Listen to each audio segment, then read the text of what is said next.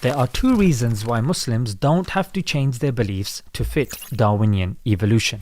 Number one, science does not lead to certainty.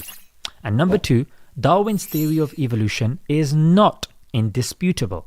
So Darwinian evolution can be accepted by Muslims as a valid theory, but not something absolutely true. The first thing we need to do is make a distinction between basic evolution and Darwin's theory of evolution. Basic evolution is biological change over time. Darwinian evolution is composed of two parts. Number one, the tree of life, and number two, natural selection. The basic type of evolution is simply true. It happens all around us. Take butterflies or bacteria evolving resistance to medicine, and numerous other examples. No one disagrees with this type of biological evolution. But get this was well known before Darwin. Yes, before Darwin. It's the second type which is problematic, which requires more evidence for the tree of life and natural selection other than mere observations. But sadly, people confuse the two types together and assume proof for the former is proof for the latter.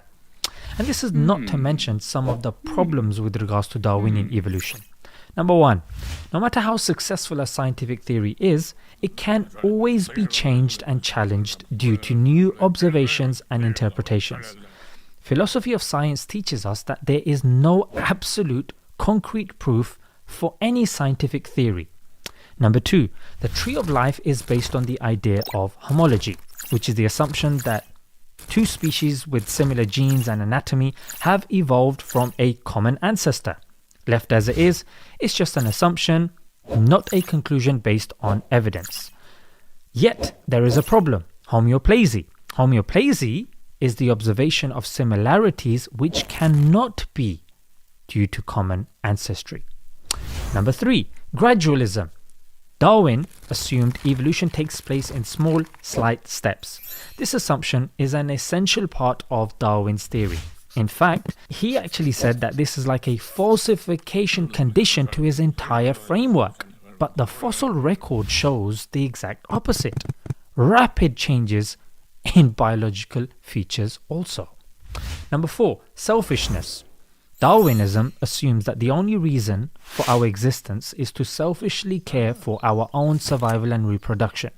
But it doesn't explain why many people give charity anonymously, why governments collect taxes for hospitals to help survival of the unfittest, why people care about animals, ancient buildings, and are willing to die for their values and ideals.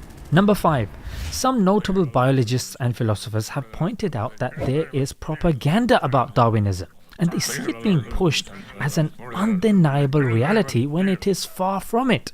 In fact, some have even labeled Darwinism as a religion due to the activities of Darwinists. In addition to this, Darwinism isn't even the only theory of evolution. In fact, let me just give you three alternatives. Number one, evolution by natural genetic engineering.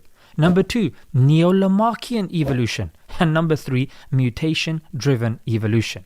What was the point of all this? I'm not trying to tell you that this theory is invalid. It's still the main scientific theory to explain biological change, and also the majority of biologists also subscribe to it. Mentioning the disagreements above is done only to show that Darwinism is not an eternal truth set in stone as some may have us believe. So how can this be reason enough to make Muslims change their beliefs about the Creator and the Quran's view of the creation